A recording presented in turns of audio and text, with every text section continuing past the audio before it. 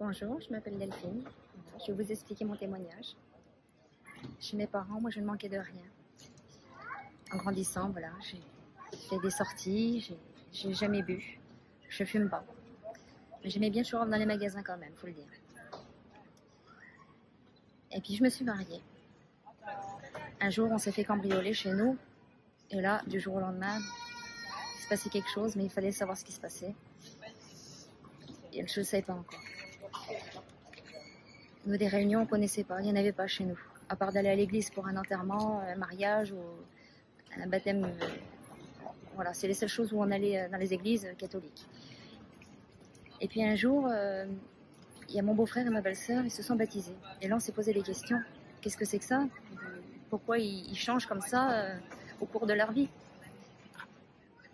Et par curiosité, voilà, on s'est posé 2-3 questions, mais on n'est pas été aux réunions. Et puis un jour, je vais en commission. Et quand je reviens, mon manège est fermé, ma caravane est fermée.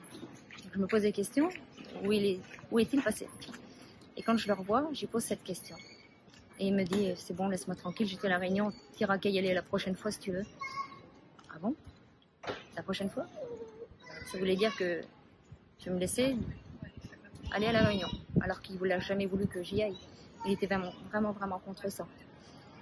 Et moi, j'avais pas confiance en mon mari, je tenais ma caisse du matin au soir, je dormais avec la caisse dessous, à côté de mon oreiller, parce que aucune confiance en mon mari.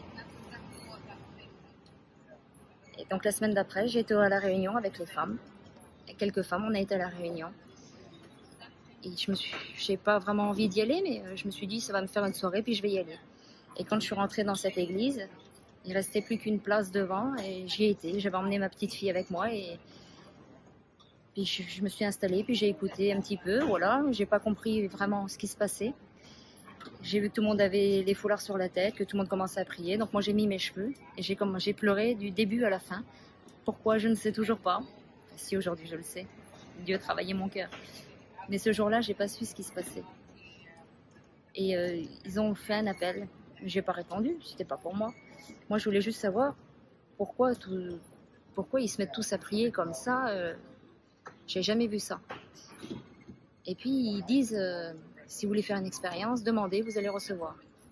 Bon, qu'est-ce que je fais, moi, dans mes petits cheveux, là, toujours en train de pleurer, je dis, écoute, voir si vraiment t'existes.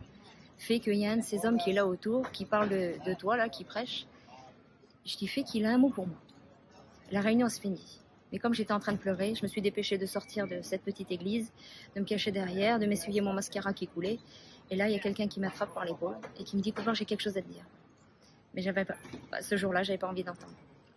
Je fais quelques mètres plus loin pour m'essuyer encore.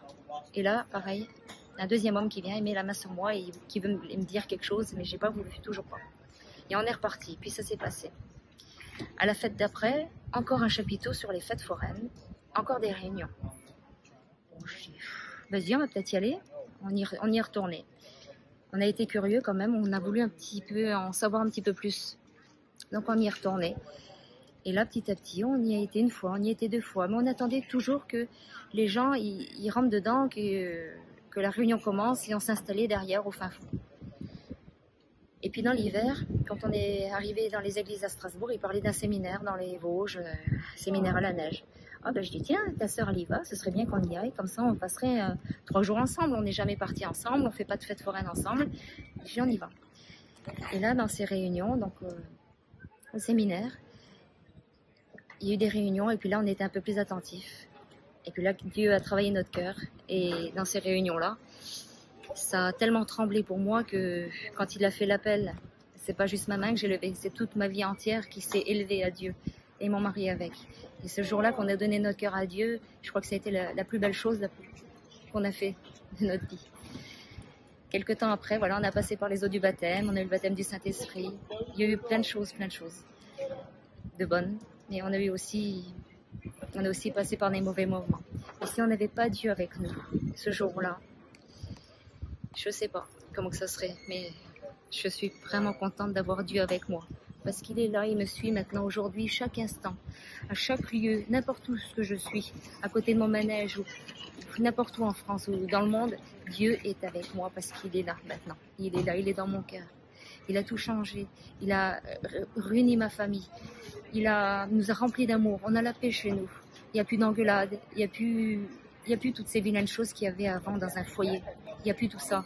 Moi qui aimais bien le chorave, c'est même plus la peine. Je peux plus. Au centime près, il faut que tout ça, c'est parti de nous. Il nous a donné encore un beau petit enfant. Il nous a promis cette petite enfant et puis il nous l'a donné. Donc je remercie Dieu pour chaque jour, pour chaque instant, pour tous les bienfaits qu'il a fait dans mon famille. Tellement que chez nous ça a changé. Mon père s'est converti pour ses 60 ans. Il a passé par les eaux du baptême. Il va y avoir encore des femmes de chez nous, des tantes, des cousines qui vont passer par les eaux du baptême encore cette année. Et voilà. Donc je vous dis à chacun que Dieu vous bénisse. Et persévérez dans les prières.